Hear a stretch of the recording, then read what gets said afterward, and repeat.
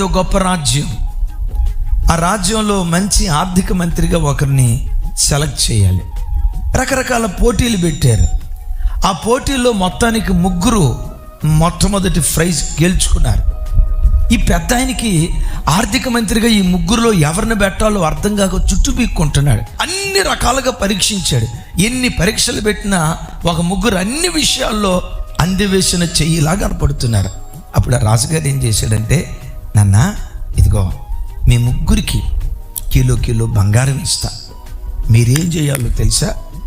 ఎవ్వరూ కనిపెట్టని తావులో, మిమ్మల్ని ఎవ్వరూ చూడని తావులో ఈ బంగారాన్ని దాచిపెట్టండి. మీరు కనిపెట్టిన తావు ఎవరూ చూడలేదని నాకు తెలిస్తే వాళ్ళకే ఫినాన్స్ మినిస్టర్గా ఇచ్చేస్తా ఉద్యోగం అని అన్నారట.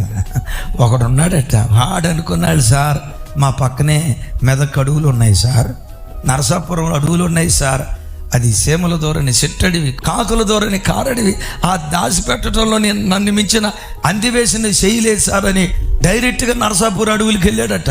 మొత్తానికి అక్కడ దాచిపెట్టాడట. రెండోవాడు, నరసాపూర్ అయితే హైదరాబాద్కి చాలా దగ్గర ఉంది, సహారా ఎడారి ఉంది కదా, సహారా ఎడారిలో ఎవరు చూడకుండా దాచిపెడతానని ఆడక్కడికి వెళ్ళాడట. రాజు నియమించిన తేదీ వచ్చింది. 3 వచ్చారు. అడిగాడు రాజు, దాచిపెట్టారా? మొదటోడు అన్నాడు, సార్ పందెం, నేను దాచిపెట్టింది ప్రపంచంలో ఎవడు కనిపెట్టడు, చివరికి ఆకాశంలో ఉన్న శాటిలైట్లు కూడా కనిపెట్టవు సార్, రహస్య స్థలంలో దాచిపెట్టా. రెండోవాడు అన్నాడట, సార్ నేనైతే సహారా ఎడారికి వెళ్ళా సార్, నేను దాచిపెట్టింది ఎవడికి తెలీదు. మూడోవాడు వైపు చూశాడట రాజు, ఎరా నువ్వు దాచిపెట్టావా? ఆయన తలంచి, నేను దాచిపెట్టలేదు సార్. ఏమిరా నీకు రహస్య స్థలం ఏమీ దొరకలేదా? సార్ మనుషుల కంటికి మరుగైన రహస్య స్థలాలు చాలా ఉన్నాయి, కానీ నా దేవునికి మరుగైన స్థలం భూమి మీద ఎక్కడా లేదు సార్.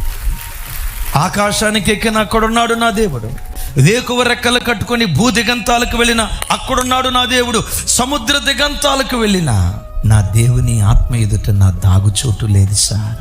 అందుకని నేను దాచిపెట్టలేకపోయాను, మీ బంగారం మీరు తీసుకోండి అనేసరికి రాజు, సహబాషురా నాయన, నీలాంటి దైవభక్తి కలిగిన వాడే నాకు కావాలి, నీలాంటి ఆ దైవికమైన మనసున్నవాడే కావాలి. ప్రభు పిల్లరా, దేవుని కళ్ళ ముందు పెట్టుకొని ఆ భయంతో బ్రతికే ప్రజలు ఎవరెవరో నా దేవుడు వెతుకుతున్నాడు.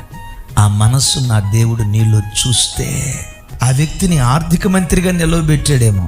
నేను ప్రకటించే దేవుడు పరలోక రాజ్యంలో నిన్ను నిలవబెడతాడు.